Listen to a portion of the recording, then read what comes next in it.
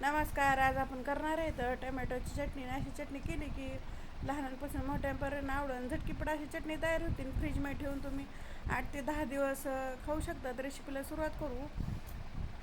एक कढाई घेतलेली, कढाईमध्ये मोठे 2 चमचे तेल टाकून घ्यायचं. तेल गरम झालं की एक मोठा चमचा चणा डाळ, मोठा अर्धा चमचा उडदाची डाळ टाकायची, एक छोटा चमचा जिरे, एक छोटा चमचा धने टाकायचे आणि छोटा अर्धा चमचा मेथीदाणे टाकायची. मेथीदाणे थोडं टाकायची, नाहीतर कडू होती चटणी.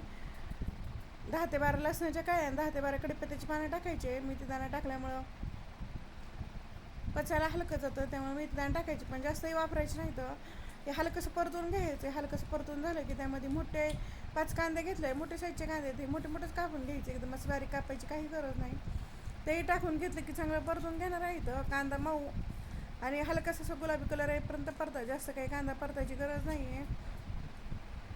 हलकासा कांदा परतून झाला की आता त्यामध्ये मिरची टाकून घेणार आहे. इथं हे तिकडे मिरच्या घेतलेल्या आहे, 6 ते 7 मिरच्या घेतल्यात, वाळलेल्या मिरच्या सुक्या.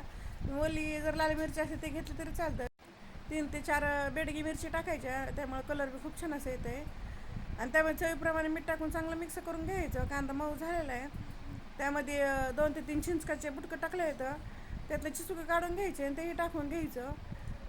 चटपटीत अशी चटणी तयार होती. चिंच टाकली की 2 ते 3 मिनिटासाठी चांगलं परतून घेणार आहे. इथं मग कांदा मऊ पण झालेला आहे आणि हलकासा गुलाबी कलर राहिला आहे. थंड करून मिक्सरच्या भांड्यामध्ये काढून घेणार आहे. इथं तर 2 ते 3 चमचेच पाणी टाकायचं, जास्त पाणी वापरायचं नाही आहे. हे चांगलं मिक्सरमधलं बारीक करून घेणार आहे. थंड झाल्यावरच वाटायला घ्यायचं, गरम गरम कांदा वाटायला घ्यायचा नाही आहे. हे चांगली चटणी वाटून झाली, हे पद्धतीने वाटून घ्यायची.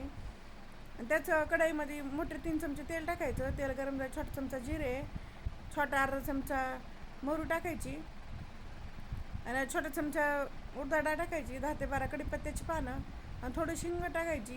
हे सगळं चांगलं परतून घ्यायचं 1 ते 2 सेकंदासाठी.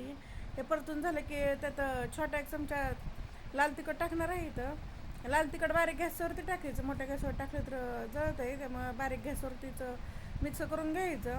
आणि जे आपण कांद्याचं वाटण करून घेतलं ते पूर्ण कांद्याचं वाटण मग टाकून घेणार आहे. इथं कांद्याचं वाटण टाकलं चांगलं मिक्स करायचं मसाल्यासोबत. हे चांगलं मिक्स झालं की मिक्सरच्या भांड्यामध्ये पाणी टाकून घेतलेलं आहे थोडंसं, म्हणजे अर्धी वाटी पाणी टाकून घेतलं आहे, ते टाकून ते चांगलं मिक्स करून घेणार आहे. इथं आणि चवीप्रमाणे मीठ टाकून घ्यायचं, कारण आता आपण आतापर्यंत मीठ वापरलं नाही आहे.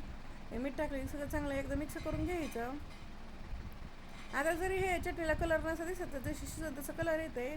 बारीक गॅस करायचं, बारीक गॅसवरती 5 ते 6 मिनटासाठी शिजून द्यायचं. बघा 5 ते 6 मिनटाची चटणी तयार झाली आणि कलर बी खूप छान असं आला आणि तेल सुटायला लागलं आहे चटणीला, म्हणजे आपली चटणी तयार झाली. बघा ह्या पद्धतीने चटणी तयार झाली.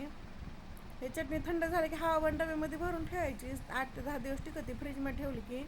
आणि तुम्हाला जेव्हा खायचं तेव्हा काढून खाऊ शकता, चपातीसोबत, भाकरीसोबत किंवा भातासोबत, किंवा असं मॅगी बनवायला त्यामध्ये जर टाकलं, नूडल्स बनवलं तरी पण चवीला खूप छान असं येत होती. आणि थोडीशी वरनं कढीपत्ता टाकून घेऊ. झटकीपट अशी कांद्याची चटणी तयार झाली. ही माझी रेसिपी कशी वाटली कमेंटमध्ये नक्की सांगा. लाईक करा, शेअर करा आणि चॅनल जर नवीन सबस्क्राईब करा आणि बेल आयकॉन दाबायला